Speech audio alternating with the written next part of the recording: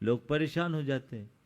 बल्कि ऐसा होता है ना, एक किसी मार्केट में किसी की एक दुकान है किसी चीज़ की, और पूरा मार्केट ही यदि उसी चीज़ का हो जाए तो बोलिए किसकी ग्रोथ ज़्यादा होगी? हाँ, पूरे मार्केट की ना। तो आप लोग परेशान क्यों होते हैं?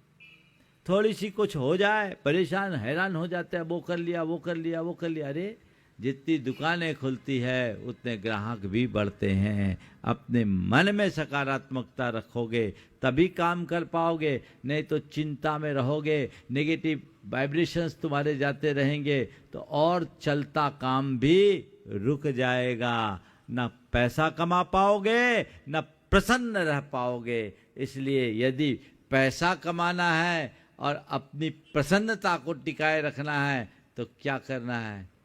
पॉजिटिव बने रहना है।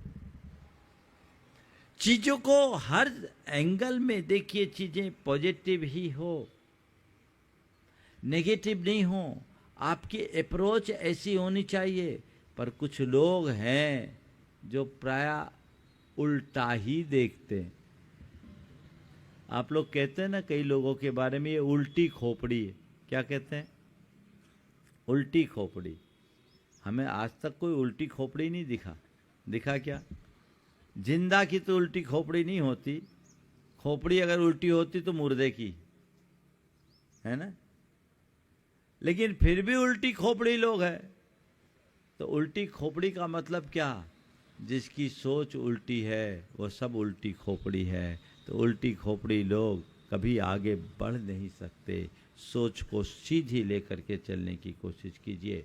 जीवन आपका निश्चित रूप से सफलीभूत होगा और आप अपने जीवन को प्रगति के शिखर पर पहुंचाओगे, समृद्धि के शिखर पर ले जाओगे। और उसमें न केवल संपन्नता होगी अपितु मन में प्रसन्नता भी होगी। जो कुछ है उसे उसी अनुरूप रखे मन में, फिर न किसी प्रकार का मलाल बचेगा और न किसी प्रकार की शिकायत रहेगी। और जहाँ मलाल हो, जहाँ शिकायतें हों, वहाँ प्रसन्नता नहीं होती। और जहाँ प्रसन्नता होती है वहाँ मलाल नहीं होता, वहाँ शिकायत नहीं होती। तो इनको मिटाने का ये रास्ता है जो हमारे हाथ में है, जिसको हम अपना करके अपने जीवन को आगे बढ़ा सकते हैं। लेकिन आप लोग क्या करते हैं? हर बात को नकारात्मक रूप में लेते हैं। अभी साकेत नगर में आए, महाराज जी आपने तो केवल प्रवचन लाभ दिया, हर चर्या दी, शंका समाधान नहीं दिया, शिकायत है ना? अरे भाई ये क्यों नहीं बोलते? महाराज इतने व्यस्त समय में आ गई, हमारा सौभाग्य है। बोलो, है ना सौभाग्य? कईयों को तो वो भी नहीं मिला। हाँ हाँ, लेकिन जो मिल रहा है उस पर ध्यान दे।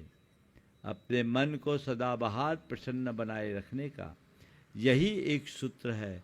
हर बात को, हर घटना को सकारात्मक अंदाज में देखें, कभी कोई परेशानी नहीं होगी। नुकसान होगा तो भी प्रसन्न रहोगे, प्रतिकूल होगा तो भी प्रसन्न रहोगे। एक व्यक्ति के बेटे ने शेयर बाजार में बड़ा नुकसान कर दिया, मोटा। उसके मित्र ने मुझे बताया, वह जब मेरे पास आया तो उसने बहुत अच्छी बात की। बोले महाराज ये नुकसान नहीं, मेरे लिए नसीहत है।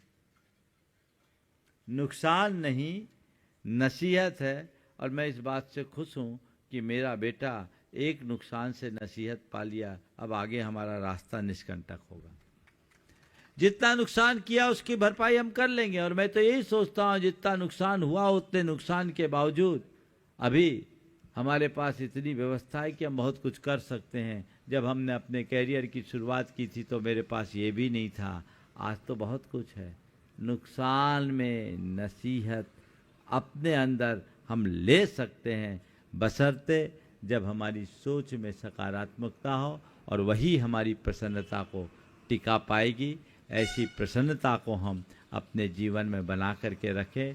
हर पल प्रसन्न रहने का रास्ता अपने अंदर आत्मसात करें। ये चारों सूत्र हम आत्मसात करेंगे तो जीवन हमारा सुखी बनेगा। आज महाशिवरात्रि का दिन है। जैन परंपरा के अनुसार भगवान ऋषभ देव, कुछ इतिहासकारों ने ऐसा बताया कि ऋषभ देव का नाम भी शिव के रूप में था। उन्हें हम शिव शंकर कहते हैं। और बहुत सारे विद्वानों ने कहा कि शिव का जो प्राचीन रूप था वो योगी का रूप था, और ऋषभ देव और शिव दोनों एक ही महापुरुष के दो रूप रहे हैं, ऐसी लोगों की मान्यता है। ऋषभ देव का लांछन बैल और शिव का नंदी दोनों में एक रूपता है। ऋषभ देव का निर्वाण कैलाश पर्वत से हुआ। शिव को कैलाशपति कहा जाता है। कैलाश में निवास करने की बात की जाती है। ये दोनों में एक रूपता है। और ऋषभ देव के निर्वाण का स्थल कैलाश पर्वत है। कैलाश पर्वत पर भरत चक्रवर्ती ने एक घंटाकार जिनालय बनाया और उसे शिवलिंग कहा गया। शिव यानी मोक्ष, मोक्ष का लिंग यानी शिव, निशान, चिन्ह, वो शिवलिंग। ये अलग अलग समय पर अलग अलग रूप से मान्यता बनती है और उसके अनुरूप काम चलता रहता है।